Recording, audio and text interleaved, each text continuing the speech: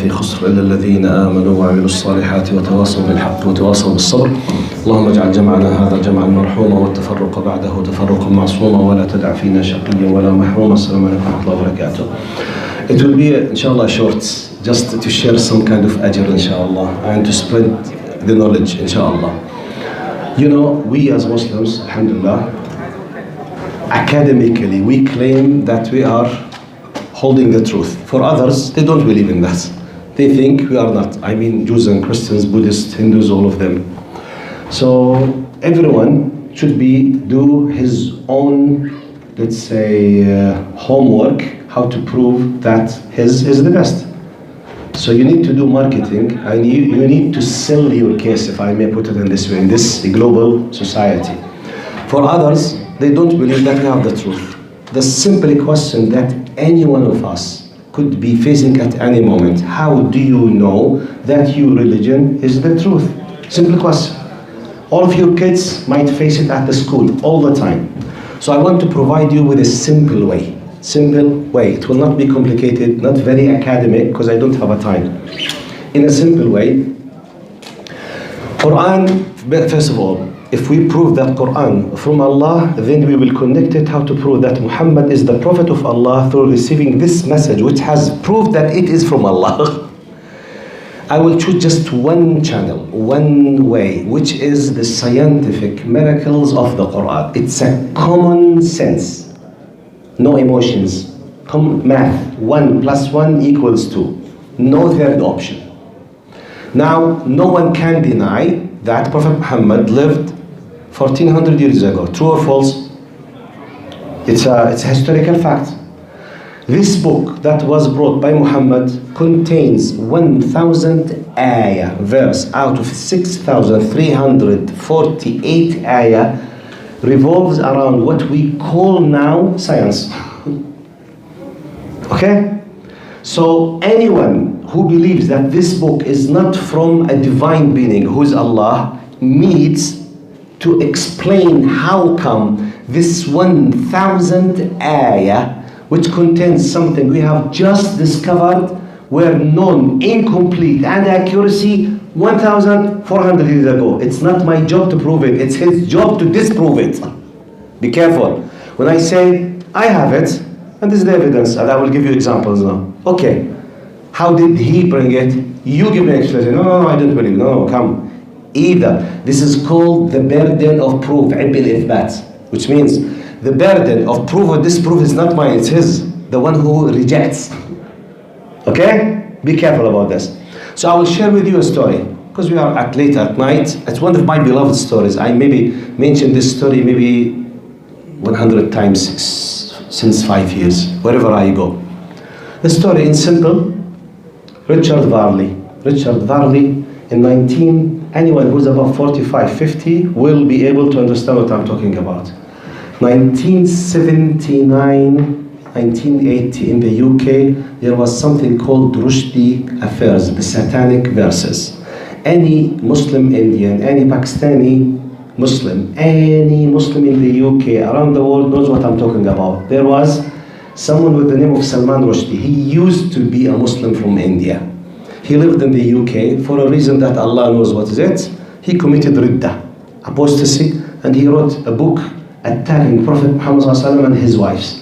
The title of his book was Satanic Verses. In his book was accusing the wives of Prophet Muhammad ﷺ with a bad, filthy, dirty thing. Anyway, he wrote this book in 1979. So we are talking about more than 40 years ago, okay? Time. After this book was written, you know, Muslims became very angry. They started protesting in the streets of London and in the UK, saying this is wrong, how come? Unfortunately, even though they talk about no hate speech and you cannot promote hate, Queen Elizabeth, which is dead now, she promoted and she endorsed this book personally. Subhanallah. Now, the point. So Richard Varley, our hero of the story, at that time he was a colonel in the special unit of anti-terrorists in the police, in the British police at that time. He's a white, a British, Anglo-Saxon British. This white police person. حبيبي from other door. This was جزاك الله خير. كسبت أجر فيه. لو كل ما واحد يدخل يطلع متشوش. اللهم صل على سيدنا محمد. What I was saying. British forces, army. He was a colonel in the British police. So he was given the mission of taking care to keep the streets of London safe. Now, at that time, there was no social media, no internet, nothing to search very quickly, no Google, nothing. The only way for him, he knows nothing about Islam and Muslims. He was given the duty of taking care of the streets from Muslims. But who are Muslims? No idea. So he asked, how can I know anything about those group of people? He was told, read their book, which is the Quran. So he had a copy from the book, started reading the Quran. He says about himself, now and after I finish, go to Google and search for the following title. Still he's alive, he's 70 something now, the hero. In 2014, 2015, he had a special interview with the title, 3 verses changed my life. Richard Varley. I'm quoting him now. He said, now my major, before I became a police officer, I have a double major. He has double major, geology and physics. Now with the background of geology and physics and a police officer specialist in anti-terrorist attacks, he started reading the Quran. He came across many verses. He mentioned 3. He said 3 verses changed my life. The first one was أَوَلَمْ يَرَ الَّذِينَ كَفَرُوا أَنَّ السَّمَاوَاتِ وَالْأَرْضَ كَانَتَا رَتْقًا فَفَتَقْنَاهُمَا وَجَعَلْنَا مِنَ الْمَاءِ كُلَّ شَيْءٍ حَيٍّ. How the non-believers witnessed by their own eyes that heavens and earth, they were one mass and we split them apart. When he came to this verse, he said, wait. No voice? we disconnected لأنه عندكم قيام. I thought okay تمام إن شاء الله. Sorry.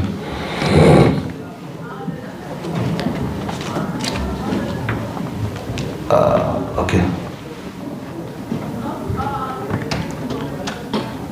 طيب الله يجزيك الخير. Just one minute. I thought they have qiyam, so we disconnected. Now they want to listen. It seems, Allahu Alam. Just a minute.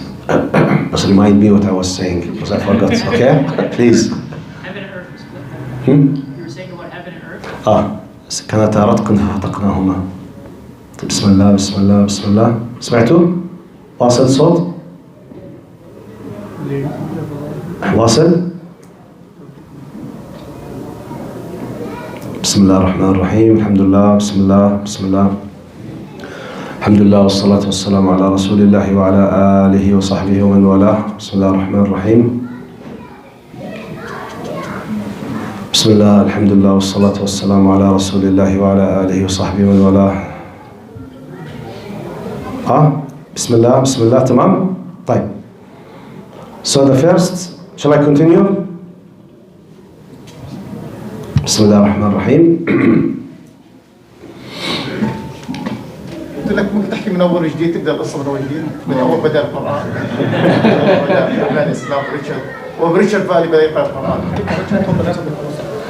طيب ماشي ان شاء الله باذن الله. طيب بسم الله. يعني I was saying that يعني in a quick I was saying how can we be assured that the Quran is from Allah? As Muslims who believe that this Quran from Allah, and we are proud about our religion, and we are supposed to convey this message to every people, we need ourselves to be assured that we have this kind of contentment that this is a true message from Allah. It's not such anything, not because I was told. How can I prove it? To have this kind of confidence in my heart. So I was giving a simple, quick way.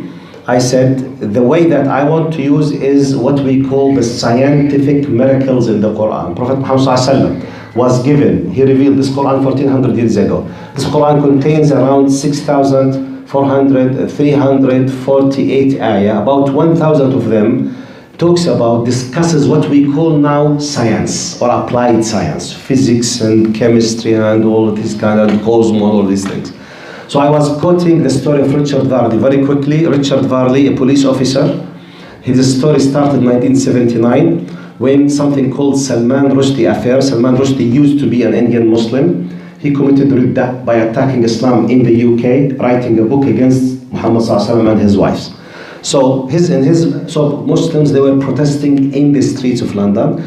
Richard Varley, the hero of our story, basically, was given the mission of taking care of the peaceful protesting in that street. So he bought a copy of the Quran to read about those Muslims. Who are they? He had no idea, no contact whatsoever before that. His background, his bachelor degree was double major of physics and geology. So he started reading the Quran, and I was saying, and I hope I reviewed everything I said. He said, Muhammad, the title of the video that I listened to Richard Varley himself in 2015 was 3 verses changed my life. So I'm quoting now. He said, I was reading, I came across قول الله تعالى أولم يرى الذين كفروا أن السماوات والأرض كانتا رتقا ففتقناهما وجعلنا من الماء كل شيء. Have the non-believers seen or witnessed that we made heavens and earth, they were one mass, رتق, ففتقناهما, and we split them apart. He said, now in physics, we have just recently, about 100 plus years, discovered what we call what? Big Bang Theory. Big Bang Theory is based on that everything was one small atom of peace, and it was boom like this. This is what they say in physics. He said, wait, how did this desert man, he knows nothing about Muhammad sallallahu alaihi wasallam. For him, Muhammad is what? Desert Arab man. Okay, how this desert Arab man in the middle of the desert 1400 years ago knew anything about what we have just discovered a few decades ago. Okay, first let's say indication. He continued reading. He came across قول الله تعالى والسماء بنيناها بأيد وإنا لموسعون. We have, this is the majestic we of God subhanahu wa ta'ala. And we have made the universe in might, with our might, and we are still expanding. موسعون in Arabic. He doesn't say and أوسعناها. No, موسعون, which means present continuous. We are still expanding. He said, wait. Richard Hubble, 110 years ago, he discovered with his telescope that the universe is what? Expanding. Just 110 years ago. Expanding. Through the lights of the stars. You know, it's a physical way. They knew that nothing is staying in its place. Expanding, and it will reach to a point where it will come again. SubhanAllah. Anyway, he said, how did this desert man knew that the universe is expanding? Who knew that? No one. Second indication. He came across the third one, which is قال وجعلنا الأرض مهادا والجبال أوتادا. Allah, in the context of telling about how He created and He favored the people on earth, He said, we have paved the surface of earth and we made mountains as pegs, أوتاد, or wedges. He said, my other major is what? Geology. He said, in my study, just in mid-60s, he was reading this 1979. By the way, he became a Muslim in 82. He read for 3 years. So he read this verse around, let's say, 80 or 81. He said in mid-60s, which means 25 years ago, just for him at that time. We have just discovered, when we have a cross-section of earth, you discover that real mountains like ice mountains. Now, when you see in the ocean, the tip of the mountain, most of the mountain lies where? Underneath the surface. For example, 70-80% underneath, and you see just 10 or 15% at the top. Exactly the real mountains. Mountains that we see for 200 meters, you have about 800 under. So, you know, the layer of the surface of the earth, it's stabilized by the peaks of the mountains, أوتاد. Like subhanAllah, you know this carpet? If they do not put something, you know, like small pieces, just like this, like glue. To stand on that, anyone walks on it, it will move with these carpets. The same thing, Autada, Jibal. He said, they are just 25 years ago discovered. How did this Muhammad, this desert, this Arab man knew about this? He came with this conclusion. I'm giving you an idea now, just how to prove. This is not full. We can go to tens of evidences. I'm giving you one because it's easy, understandable for you and for your kids. He came up with this conclusion. He said, then after reading this third verses, I came up with the conclusion that, memorize now, I came up with the conclusion that this book is impossible to be but from a divine being. Look how he concluded. He's not an Arab, he's a non-Muslim, he has a blank sheet in his mind about anything has to do with Muhammad or anything, nothing, just the book. His major, physics and geology. Wait. Impossible. Not common sense. This book is from a divine being. He knows no idea about who is this God. His name is Allah or Elohim or Allah or Khuda or nothing. Okay? Divine being. Then he started reading. It's impossible. How did he discover from 3 verses? But we have 1,000. I'm just conveying to you some of the approaches. If your kid came to, how can I prove? Don't talk about the miraculous aspect of the language of the Quran. Most of Muslims, they don't know Arabic. Forget Arabic. Leave it to the Arabs now. Let's talk about science now. In the Quran, where did Muhammad bring this? I will add it to Richard Varley now. Okay? From the simple experience that we know. Allah subhanahu wa ta'ala was challenging the non-believers, those who deny the resurrection and congregation. قال بلى قادرين على أن نسوي بنانه. Allah was challenging them, those who denied. He said, it's not I will recreate you again, but I will reshape your fingerprints. Your fingerprints. Your fingerprint. At that time, who knew that fingerprint contains a unique ID for you? Who knew that? Why fingerprint? Banana. 1400 years ago. Who knew? Who can say, well, Sheikh, maybe the Romans knew, prove it. Maybe the Greek knew, prove it. Or, excuse me, shut up your mouth. The one who's speaking with me like this. Don't just say maybe. Either you have a proof or just accept the powerful of my evidence, another evidence. In the Quran, while in challenging,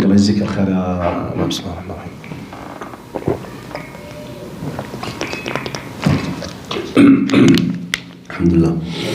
Allah says, in the context of challenging the disbelievers, He said, قال يجعل صدره ضيقا حرجا كأنما يصعد في السماء. Allah said, the one who disbelieves, the one who rejects his God, will be facing a status like the very narrow chest in breathing when someone is ascending in the layers of the atmosphere. But who knew at that time that when you go up, oxygen will be less? Who was flying at that time? Who knew aslan that the air contains oxygen less and more up and down? Who knew that? Who can claim? Just a few decades ago. When we discover aslan, the air contains hydrogen or oxygen or something, just a few decades ago. Yes?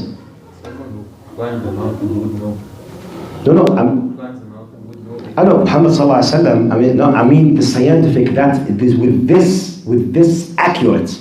That's يجعل صدره ضيقا حرجا يصعد في السماء. It's not just climbing very, very, very little. Maybe they don't know the explanation for the phenomena because they move just meter by meter. Who was يصعد في السماء, which means going up in the heavens. No one was going up in the heavens because the title is يصعد في السماء. No one was doing this at all because this happens within minutes. You see? Which means now when you go with the balloons, for example, or the airplanes, why would you have the oxygen? When a problem happens immediately. This all in all, this kind of very rapid, quick going up and losing the oxygen to a degree and the expression of the Quran يجعل صدره ضيقا حرجا. His chest will be narrow like exactly. At that time, no one on earth was able to discover all of this in this way. This is the point. So when you put this with that, and we have many. For example, مرج البحرين يلتقيان بينهما برزخ لا يبغيان. Allah was talking about that when the water of the oceans or the seas meet, they don't mix. Who knew at that time that they don't mix? You have different salicity and different type of creatures, different level of salt, different, by the way, temperature, different. Later, just in the early 60s, through these submarines, they started to discover these things. Then with the satellites, they started to have special, images to know that there's different colors, different whatever. Testing just 70, 80, 90, 80, 70 years ago, more or less. 90% of the most important discoveries happened just last century. At the end of 19th, 20th century and now. Most of these things. And some of them just recently. But let's come to the womb. The levels of the fetus and the human beings in the womb of his mother. When they discovered it? Just decades ago. Exactly. For hundreds of years, humanity, especially in Europe, they used to think that before we are born, we will be complete shape humans, but very small, and we will start just, maximizing our space, which is not true. The Quran did not just explain exactly nutfa, mudgha, alaqa. It's amazing, even the mudgha, like the chewing gum, exactly. Who knew that? I'm giving you examples, about 7, 8 examples. The idea, one of the excellent approaches, in case if you want now in this time, to help your kids, to help yourself. If someone is asking you, or forget someone, you yourself, for yourself. How can I know that this Quran is from Allah? If you can't give an answer, where did Muhammad brought 1,000 verse about scientific miracles that we know now? If you can't provide a counter answer against this, you have no option but to accept it. For your satisfaction. If you want to argue with someone seeking the haqq, if someone is just arguing, not seeking the haqq, don't waste your time. Don't waste. How do I know someone is not? You can listen. He's curious to know. Or while you are answering, he just cut you, go to something else, something third, fourth. He's not seeking the haqq. If someone is looking for the haqq, this is one of the great ways. Go and listen to Richard Varley. Do you have extra 5 minutes? I give you another example. This is an approach by itself. Richard Varley. I mean by Richard Varley the idea of scientific miracles in the Quran. Now let's talk very quickly about Muhammad Sallallahu Alaihi Wasallam. How can we prove that Muhammad Sallallahu Alaihi Wasallam is Allah? Now I urge you to go and read and listen to someone with the name of Gary Miller. Gary Miller. This story happened 1977 here in Toronto. Gary Miller is a university professor in mathematics and a priest in one of the churches here in Toronto, in Canada. He's a Canadian. And to the best of my knowledge, he's still alive. He's 80-something now. Now, the amazing part of the story. Gary Miller was a very clever mathematician. He was appointed by his church to do a research to find mistakes in the Quran, in the debate in early 70s in Toronto between Christians and Muslims. Believe it or not. Subhanallah. She was given a mission as a clever mathematician. Please find what? Mistakes scenario.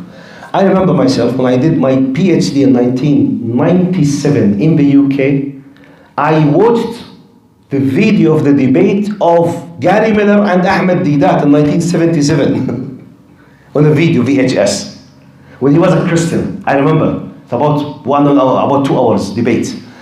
When I looked at him, I said, subhanallah, he's a very, very just, honest debater, very polite when he was a Christian. Yeah, anyone listen to him, he said, it's this person impossible not to be a Muslim. And he became a Muslim. Now what happened to him? One of his beautiful research, because when you look to the others who were outsiders, their way, how they look to the Islam, it's not like you and me. We are born Muslims and many things have been taken for granted. We don't think about them. Others, already they refuse what you have. So they came with doubts. They came with a with this attitude of finding mistakes. So he was searching. I will just highlight 3 of his results and I will finish my talk, just as a way of an approach. He was looking and searching. He found something amazing. One of his findings is the following. He said, wait, Muhammad is supposed to be a liar. Now, for Orientalist, Muhammad is what? Genius. Arab, a liar who claimed to be a prophet, and he composed this book and he was brainwashing his followers, and he promised them with a paradise with 72 virgins and this kind of lies. Okay? This is basically the narrative. Okay. So he came with this background. Okay. He said, okay, a liar, he wanted to gather his people, his Arabs. He worked with them 23 years, brainwashing them with lies, and he wanted just to have power. And he conquered Persians and the Romans type. Let me just analyze the facts. 23 years, he discovered that his wife Khadija is not mentioned in his book. The most beloved to his heart, many years before the claimed prophethood, many years after the claimed prophethood, no mention for Khadija in one ayah or one chapter. How come? Type. Next. The second most beloved to his heart, Aisha. No mention. No ayah about her name, no chapter of her name. The most beloved of his daughters, Fatima. How many chapter with the name Fatima? 0. How many ayah about Fatima? 0. How many ayah praising Fatima and Khadija and together? 0. Now what made mind-blowing for him when he came across the chapter Mary. Who's Mary? The mother of Jesus Christ. Who's Jesus Christ? The core pillar of the religion of the Romans, whom he's fighting, and they want to eliminate him. He said, look, common sense. A liar who invented the religion. He did not mention his wife. He did not mention his second wife, nor his daughter, nor his beloved father. Where's the mother and father of Muhammad in the Quran? Actually, in our Sunnah, he was prevented from asking forgiveness for her. Do you know that? Oh. Yes? What type? Now, he was fighting with the Romans. Tabuk was against who? The battle of the Tabuk against who? Arab Christians and Roman Christians. Mu'tah against who? Arab Christians, Roman Christians. But Christianity was one of the biggest threat against him. Yet he has in his book, مريم كافها يا عين صاد ذكر رحمة ربك عبده زكريا إذ نادى ربه نداء خفيا. طيب, the Jews, how were their relation with Muhammad politically? Fighting all the time. How many prophets of Jewish and children of Israel they are praised in the Quran? Common sense. Zakaria, Sulaiman, Dawood. In our book Quran, now I'm talking on behalf of Gary Miller. Gary Miller is reading. But if he composed this book, why he's praising all the prophets of children of Israel, and he's praising Maryam, and he's defending Maryam against the accusation while he's not mentioning any of his close relations? Common sense. He puts there's something mind-blowing. Number one. Number two. He came across تبت يد أبي لهب وتب, which is who is Abu Lahab? The direct uncle of Prophet Muhammad. He's cursed in the Quran by his name. But when Gary Miller, he said, when I discovered that Abu Lahab heard this verse, which was supposed to be invented by Muhammad, composed by Muhammad, he died after the revelation or the composing of this chapter 10 years. He lived 10 years. Do you know?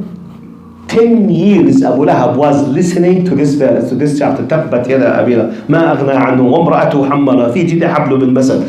You know, reciting them, he knows about it. He said Abu Lahab was in need to no more than one day to claim hypocritically that he's a Muslim and he will destroy Islam. True or false? If Abu Lahab said I'm a Muslim for one night, lying, what will happen with Islam? Because now this this chapter claims that he will die as what? As a kafir. But what if he say ashhadu an la ilaha illallah? What will happen with the companions?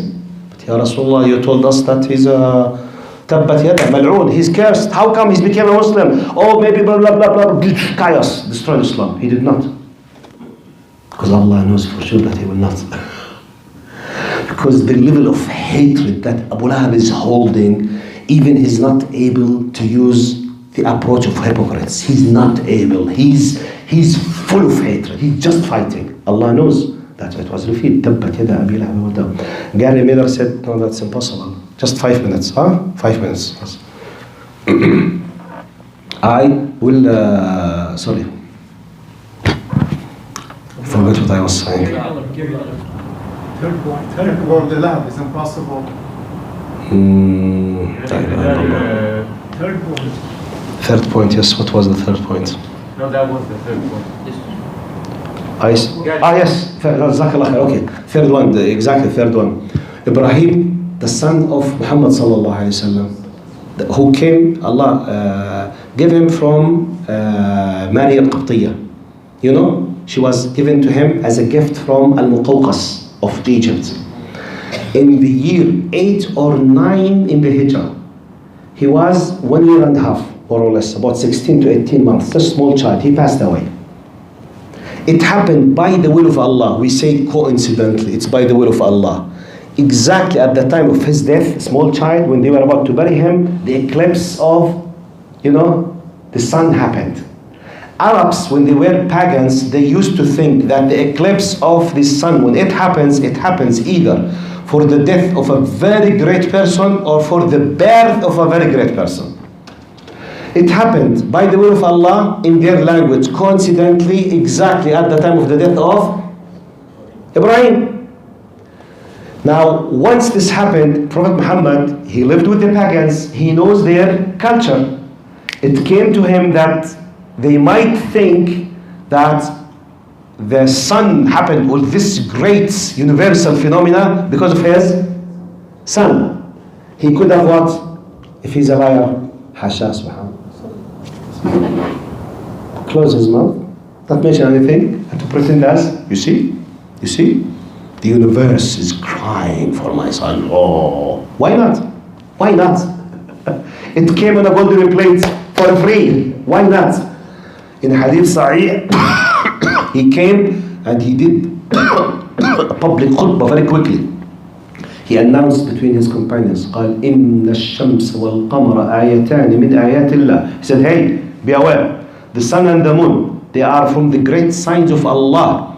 They do not, لا يخسفان, they do not have the eclipse for the death or the birth of anyone. فإذا رأيتموهم فاسجدوا لله. If you saw them, be mindful of Allah, go and do prostration because you don't know what will happen to you. And he stopped him from even thinking that he has any kind of favor and his son has this kind of status.